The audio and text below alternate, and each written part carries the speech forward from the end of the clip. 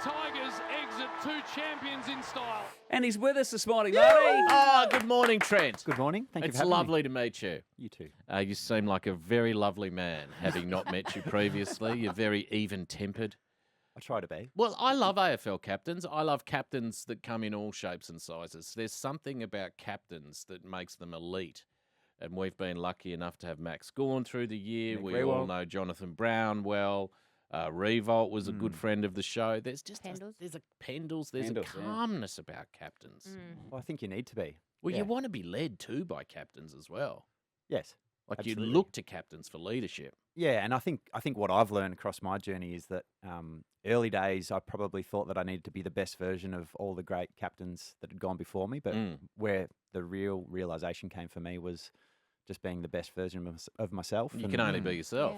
Yeah. That's probably where I started to enjoy the role the most. But somebody else sees that in you often. I and think so. that's sort of, given to you. But it has to be seen in you for the people around you to think that it's an appropriate choice, particularly at 22. Yeah, it is reflecting on it. It's a very young age, and I 22. probably wasn't ready. But I'm also really grateful for all the lessons that I learned early days. I was very lucky to have Chris Newman as our previous captain before that, and I lived with Kane Johnson, who was our captain prior to him. In a relationship or just as housemates? just as housemates. Yeah. 22, I was stealing beers out of the rider at the Gershwin room at the Esplanade Hotel. Very different. Off my face. I wasn't thinking I got to lay the cones out at training this Arvo. I'm not sure I've ever laid the cones. Well, you should. That's what a captain should Maybe that's do. the next role. One afternoon a week, captains should have to put the cones out and get all the footies in. That's fair enough. Three-time premiership captain, Brownlow medalist 2012, which was, of course, reasonably controversial at the time, but well earned. That was the year that Job Watson had the whole peptides disaster. Yes. Wasn't ideal. No, but still, it's a Brownlow win.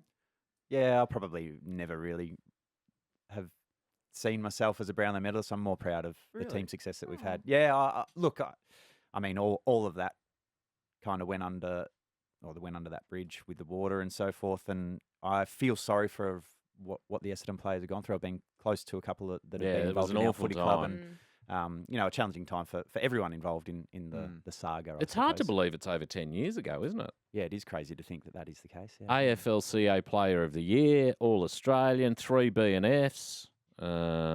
Obviously led the Tigers to the 37-year drought-breaking premiership.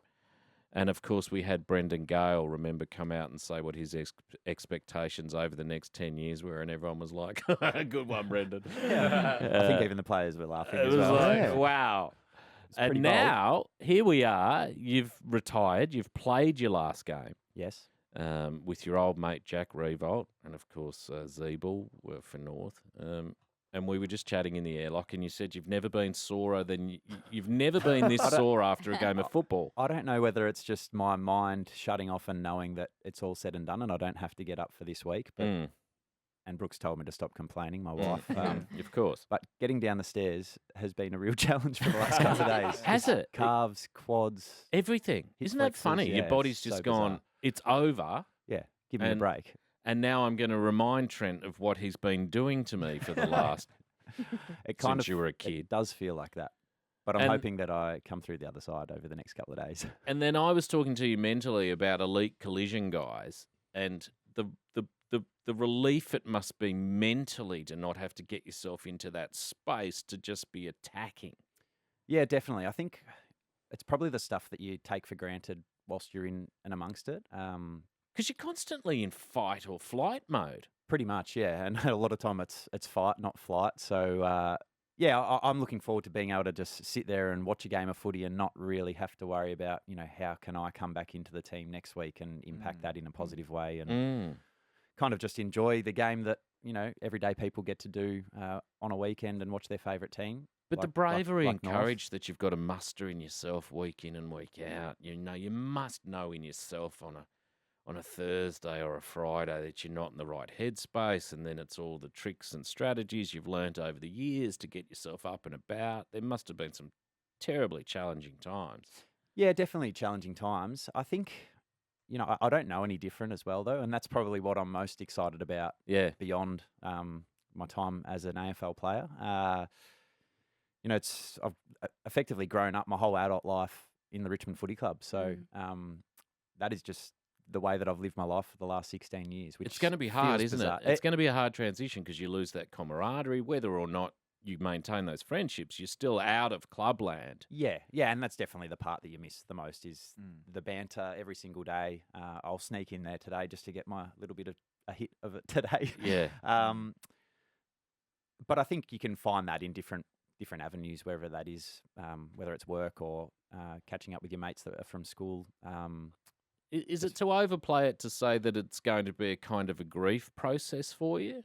I think there's an element of grieving, but I think it depends on the perspective that you have beyond that. Like the excitement that I have for what's next is probably outweighing the sadness that I'll be leaving behind. And just because I'm leaving a footy club doesn't mean that I can't walk back into the Richmond Footy Club and spend time with the guys that I love and played lots of footy with. So I'm excited. I heard an interesting thing about heartbreak, and I'm imagining there's a bit of heartbreak in it. That, when you lose love in life, which is part of leaving clubland, the idea that the heartbreak, the real pain comes when the heartbreak doesn't mean anything anymore because you've lost the love and you no longer care in the way that you did. That's the frightening part of the equation. Yeah, it's a good way of putting it. And to be fair, like I've been involved in my eldest daughter's under-10 team and seeing the love. You're moving into coaching. Under-10s is about as far as it'll go. But it actually reignited a love in the game for me and the reason we do play and kids play our wonderful game in AFL. And I think I know that I've given my all to my AFL career. So there's part of that heartbreak, but there's real satisfaction in knowing that I've literally given everything that I possibly could have. Brilliant. Let's come back and talk Posi Socks because it's a Father's Day bonus for everyone involved, and it's a wonderful thing and it's a wonderful initiative. Let's come back and talk about that. Trent's in to discuss the wonderful career that he's had and post-retirement, what that may look like. We should talk about Dimmer, who's now been named as the Gold Coast coach. It'd be a huge challenge for him. He'd be the first bloke to ever make it work if he can. It is a big challenge. I mean, to go from the Richmond Footy Club, who have 100,000+ members, to I'm not even sure how many Gold Coast have, but I'm tipping it's not anywhere near 100,000. I wouldn't have thought so. It'll be a different environment for him, but I suppose what I'm hearing is just how excited he is about a different kind of challenge. Did you speak to him about it at any point through that process? Yeah. More so jokingly, just as he kept it pretty like close I can't to his believe chest. you do that sort of thing. Plus, he's quite pasty, so I don't know if the sun will be that good for him. He looks like a strawberry blonde to me. He actually looks like he's dropped a bit of weight. Yeah, fit. Well, is he a fit guy? He has enjoyed his training. I think it's been part of just his daily routine, which is obviously important to getting the best out of himself. But he'll be excited about the challenge. I'm sure that he'll build a team around him that can help him work towards getting what they are hoping for. But it's going to be an interesting journey, I think. It seems really quick to me. I don't understand the sort of ins and outs and details of contracts in your world, but it seems strange to me that a bloke can leave you 10, 12 weeks ago and be named as a coach during the season with what must have been contract left to serve. Yeah, it's a funny one because probably seeing him when he was at the Richmond Footy Club and knowing just how tired and burnt out he actually looked and was acting really to some extent. And then the catch-up that I had with him the day that he told me to see the colour back in his face and his eyes were as blue as they'd been. It is an interesting decision, but I'm sure that he's put a lot of time in his nice European holiday thinking about what's right for him moving forward. I just hope that it isn't one of those ones where it's like, oh, geez, the carrot was pretty good and I'm really excited about it, but 12, 18, 24 months down the track, I go, whoa. It's a long deal too, isn't it? Yeah, it is. Right. Everything's different when you're laying on a beach in Positano. Yes, absolutely.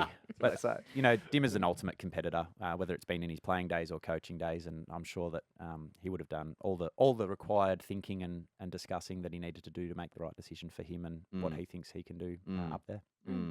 Posi Socks. Let's talk Posi Socks, founded by yourself and your partner, Brooke. It's a brand that's existing to make a positive difference in people's lives. We've got them here. Mine say, win the morning, win the day. I mean, that's our tagline. On the actual sock, there's a quote. So Yours I'm going to open my socks and see what Yeah. my quote is. Mine says, you make a life out of what you have, Okay. not what you're missing. Yes. Oh, that's great. Stay awkward, brave, and kind. I like that. Yeah. Stay awkward. Just be Yeah. you. Be Yeah. you. Yeah. Don't be someone else. Bit for of someone Brene else. Brown there. Oh, is it? Yeah. So how long have you been doing this? We launched in 2020, and it was on the back of my own personal journey from a mental health point of view. 2016 was the most challenging year of my life. I engaged with a life coach. Yeah. Learn a whole heap of different lessons, but I wanted to keep it really simple for the everyday. What was the issue for you mental health wise? What was going on? Probably Was just lack of clarity. I went on a journey of discovering my own purpose, the values that I hold dear to my heart, but also wanted to live by. And effectively, all my decisions from now on, or from since that moment, have been based on those two things. What did it sound like in your head? Was it a negative loop? Was it questioning? Was it self-doubt? I think for me, there was a lot of self-doubt and probably attaching, my value to my persona rather than who I am as a person. Well, that's interesting. So stripping that back as an athlete, and it's one of the greatest challenges, is that Yeah. everyone sees you as Trent Cotchin, the footballer. Well, you have this dichotomous life. You Yeah, have this and you- public version of yourself, Yeah. and then you have this version of yourself that's in your own head. Yeah. And if they're not meshing and meeting, and Yeah. you're starting to ask questions about what those two worlds mean. Absolutely. And Yeah, with the access that social media gives people and so forth now, Oh, it it's can be brutal. quite a wrestle. So that's effectively where that was born out of. One of the most important things for me is journaling of a morning, but I know that that's not everyone's cup of tea. So a pair of socks. How much journaling? It can be as simple as just a little bit of gratitude in the morning, or Yeah. it could be some thoughts that you've had, or even just setting up your day with writing a plan down. I love the idea of it, but I just know I won't do it. That's why the socks are there. So Yeah. you Yeah, put the I'd socks on rather in the put the morning after you socks have a on. shower, Yeah. and that's the trigger that allows you to, win the morning, win the day, as you said. It's that kind of discipline that separates captains from the rest of us. The idea of sitting down with a pen in the morning and going, well, I'm happy for the kids. What do they say? If you're in your head, you're dead. If you're in your feet, you're sweet. So Okay. Oh, there you go. Yeah. I'll put that on the socks. I actually haven't put them on there. so- You should put that on the socks. Dead's not as positive a word as you would imagine, so maybe work on that. Yeah, we'll try and find But something. yeah, that- journaling feels hard. Yeah. Yeah. Well, But also then you start asking yourself questions, and that can be a bad byroad. Well, it is, but I think then it's leaning on others around you that can help you work through those questions that you might have, or that you're fearful of asking yourself. That's where community is so important. And But I think that's the benefit of Clubland, and a lot of men don't have that, and women. yeah, But a lot of people in the suburbs don't have that support around them. yeah, and that's probably why we're trying to build not just a sock brand. We're trying to build a community where we can provide, and we're not suggesting we're the solution to No, mental but it's health the problems. but- start of it, isn't it? yeah, and having those conversations. Like one of my favourite sayings is, "A problem shared is a problem halved." Like Yeah. everyone's going through something in their life, Yeah. but if we share it, then at least it's two of you working through it together. Well, and the Yeah. problem is you never know what people are going through. Exactly right. Yeah. And, you respond and react in a way that has no bearing on how the other person's travelling. Yeah. And you're none the wiser. You No, don't know exactly the right. damage you've done in that moment.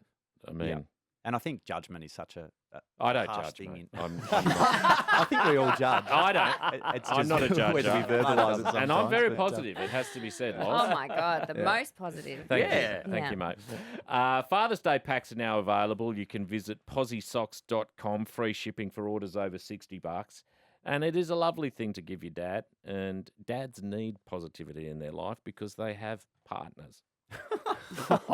There's also a discount code as well. Oh! Marty, as well. Marty20 is the discount code. Is that right, Trent? Yes, absolutely. Oh. And every order, we donate a pair to the homeless. So Oh, there you Oh, go. that's Oh, nice. looking gosh. after. Jeez, you're them. ticking a lot of boxes. Yeah. Well, we're trying to do our part. Yes. It's Yeah, starting well to done. annoy me a little bit. PosiSocks.com. Trent Cotchin, thanks for joining us Thanks this for having morning. me, guys.